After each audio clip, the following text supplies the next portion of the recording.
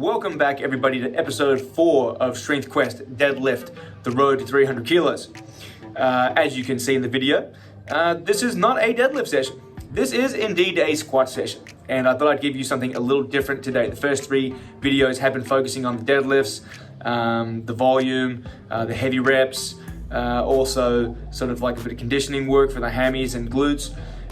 This one is going to focus on the other leg session that I do every week, which is a squat-based session. The squats and deadlifts have a lot of good positive carryover between them, and we want to get strong everywhere. And if I want to get that 300 deadlift, I also should be squatting a good amount of weight as well. Basically, how I have the session set out is I have a heavy overload exercise first. In this case, it's going to be chains and bands, and I'll explain that in a minute. Then I go into my strength reps, and then I finish with my volume. As I said, I'm not abandoning volume. I am just doing some extra overload work and some more strength stuff beforehand, because I do have the GPC WA States for powerlifting coming up in about 6 or 7 weeks now. So I do want to get some heavy weights on the shoulders. So as you can see in the background, at the moment I've got chains. I think I did 70 kilos, then chains by themselves. The chains that I have here are 40 kilos each side of the bar. So when you're standing up, it's an extra 80 kilos all up.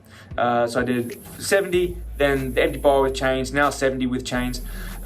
This is called accommodating resistance, guys. And it's all about changing your sort of strength force curve during the lift, or your force power curve, or your strength curve. There's a lot of things you can call it. But basically, what we're doing is, as you stand up, the rep gets harder and harder. Now, usually, the hardest part of a rep is at the bottom or maybe through the middle. That's where most people have what we'll call sticking points.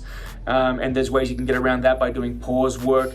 But another good way of doing that is to do something called accommodating resistance. And basically what that means is, as I mentioned before, the weights get heavier as you stand up. So what is it actually doing? It's increasing your rate of force development. All right, that has been shown to be really effective. And a rate of force development is really important when it comes to being strong. Remember, force is very important when it comes to being strong. Now, the reason why I'm adding bands and chains is that it does feel a little bit different. Bands want to pull you down to one spot, whereas chains, you still have to hold the shape and put the bar where you want it. So I like to have both of them. Now, I could just load it up with a heap of bands.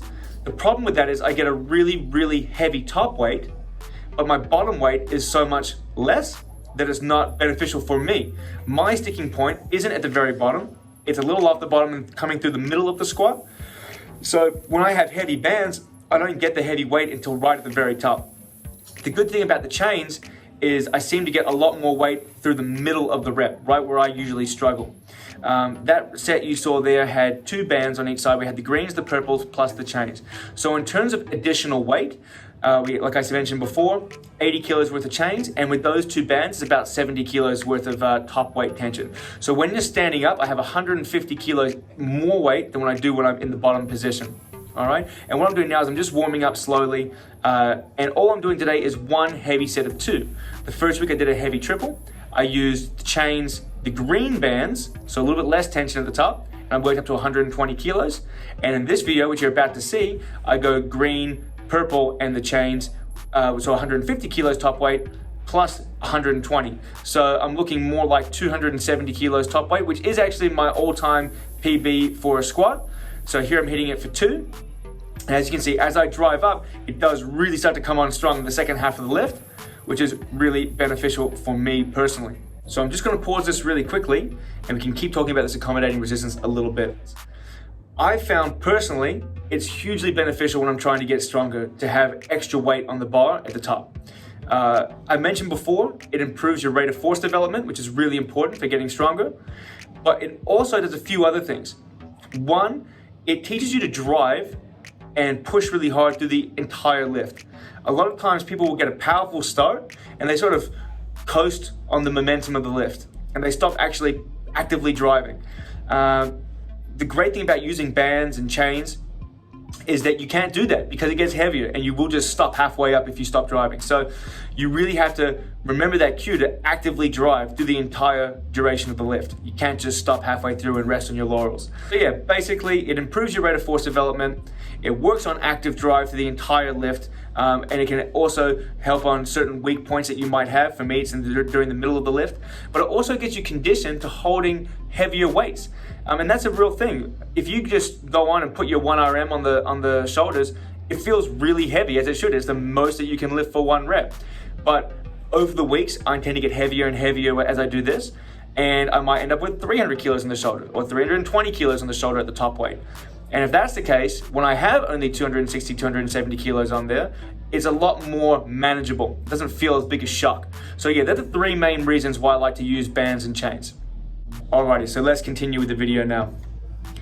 So from here I move into the monolift, which is where we're using the squat bar. Texas squat bar, it's 25 kilos, a little thicker, and it will be something that we're using a squat bar at the competition, so we want to get nice and specific. Also we'll be in a monolift for GPC states, so I want to get that practice in. This is one last warm-up set at 175, just in knee sleeves and the belt there, because when you have been doing chains and bands, it feels very different. Like I mentioned before, you got the sway of the chains, the bands are trying to pull you to one position, and so sometimes it feels a little awkward on that first set. So I get one warm-up set at 175, and then I had 6 sets of 3 to get through today. This first one is 200. I wanted to get all 6 of my working sets at 200 and above, and I have a light knee wraps on here. Basically, the light knee wraps, for me, these are just your standard black and red Inzer knee wraps, and they're pretty soft and pretty comfortable. But I'm only doing 7 revolutions on that first set. And what I do is, as the sets go on, I do more and more revolutions to get more and more tension into them. Obviously, that helps you as the weight gets a little heavier. But it is pretty painful, and it does take a number on the back of your hamstrings and behind the knee where it bunches up. So I don't have to go full ham straight away. I've moved on up in weight here. I have 205 on the bar from my second set. And as you can notice, depth is looking pretty good. That is one thing that I realized when I was doing the squat challenge, was that sometimes my depth was questionable, and I don't want it to be questionable on the day. I want it to be 3 white lights. So I'm working on squatting really deep now, and that's one thing you can ask yourself is, well, how deep is deep? How deep is too deep? Basically, you should be squatting as deep as you can without altering the technique that you would normally use. If you only ever squat to just the perfect height, when things get a little heavier, you have no margin for error. If you're used to squatting a little deeper, you have room to come up as the weight gets heavier. People inevitably squat higher. So I always like to try to squat a little deeper, and then as I get heavier and heavier and closer to my competition weights, that bar does, or the squat doesn't go quite so low. All right, up to, let's see, 115 kilos now. So I did go up 5 kilos every single set. So I went 215 kilos, 200, 205, 210, 215. Here, like I mentioned, I keep putting those wraps on a little tighter each time. After the 215, I did go 220. I finished on 225. I believe at this point in the program, or this point in the day, I was working on 8 or 9 revolutions. By my last set, it was 10 full revolutions of the knee wraps plus a lock off. So 10 or 11 times around the leg. So I started with 7, finished at 10 or 11, depending on how you want to look at it. And that's basically those knee wraps maxed out. I will be progressing probably into my metal silver knee wraps. They are definitely a stiffer knee wrap, far less comfortable. But I won't be doing those until the weight gets a little heavier. And I will be doing those a bit closer to the competition, because I think I'm going to get more out of those in the long run. This is the 220. Again, squatting nice and deep, and it's moving pretty well. It's feeling fine so far. So you'll notice I actually did a quick costume change here into my squat suit, my soft suit I should say, squat singlet, because Adrian was also squatting and he was wearing his suit, and I didn't want to feel left out. So I chucked mine on too. This is the final set, my 6th set of 3. 4 reds on a 25 kilo squat bar, so 225 kilos. And you can see they're low and they move really well. I was really happy with how that went today. So plenty of room to go forward. Next week I have 7 sets of 3. And let me explain how that's set out as well. Is a strength range, I'm doing sets of 3, so it's heavy weight. I'm definitely going to be building some good strength, but it's still accumulation, right? If I go 5 sets last week, 6 sets this week, 7 sets next week, I'm going more and more volume each week. So I'm building that overall workload, that overall capacity, which is really important. Obviously, my overload exercise is only for 1 set of 3, then 2, then 1. So that gets less, but it's going to be going heavy. and then brings us to the volume part of the program, which is never fun. As you can see here, I am doing belt squats, and I'm trying to put my butt basically on the floor or lift my hammies all the way to my calves. I'm going full range of motion here to really get the quads blowing up. I'm working 4 sets of 12 this week. Last week was 4 sets of 15. This week's 4 sets of 12. There's 175 on the belt squat across the board. Every belt squat you use is going to be a little bit different. This is an ATX machine, which comes from Germany. You got Wenning strength type belt squats. There's a bunch that look very similar to that, like Valhalla Strength and Verve do similar ones. Or you have like your Rogue belt squats, which are cable belt squat. So there's different types and they all work a little differently. My one is not a 1-for-1 with what you squat. You can load up extra weights on it. Oh, I did add extra weight. 175 and then 200 across the board. I forgot about that. So after that, I was alternating every set with reverse hyper. I'm just leaving it in the background and play through, but basically I just keep that at 50 kilos. And the reverse hyper, even though Adrian is blocking my lovely footage here, is a great sort of traction and recovery exercise. So when I do a lot of heavy squatting and heavy deadlifting, I've been putting the reverse hyper extensions into all of my sessions. As you can see, when the legs drive up, the lower back is contracting, all right, it's working.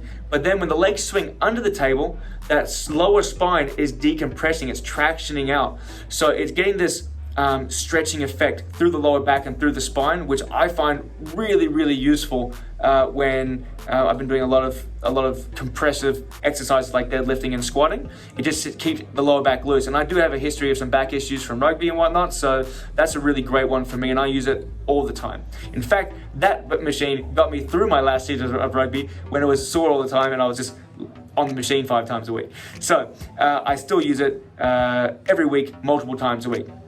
This is the next set of belt squats. So yeah, I did 175 for the first set and then 200 for sets 2, 3, and 4. I just keep the reverse hyper at 50 kilos. I'm not trying to get max weight there. Like I said, it's not a strengthening exercise for me anyway. That's not how I'm using it. Some people do. They try to load it up heaps and get a really big backswing. But I already have 225 kilos on my shoulders and my chest is driving up and my lower back is working. So my lower back is getting plenty of strengthening from the squats, from the deadlifts. This is all about recovery and tractioning that spine. Moving forward from here, the next video you will be seeing me deadlifting again. In fact, it's a pretty fun one. We're going to be going over all of the overloading work that I've been doing in regards to banded deadlifts and a platform that I had made up specifically for banded deadlifts, which is really exciting. So I'm just gonna let this play out, guys. Thank you so much for watching, and I will see you next week. You won't see me next week. You'll see me in 2 weeks, guys. You'll see me in about 2 weeks with episode 5 of Strength Quest Deadlift, The Road to 300. As always, if you haven't done so already, please like and subscribe to the YouTube channel. Share it around, leave a comment. If there's anything that you want to see, let me know, and I can try to include it in. All right? But otherwise, I will see you guys in about a fortnight's time. Thanks for watching. Have a good one, and squat on. See ya.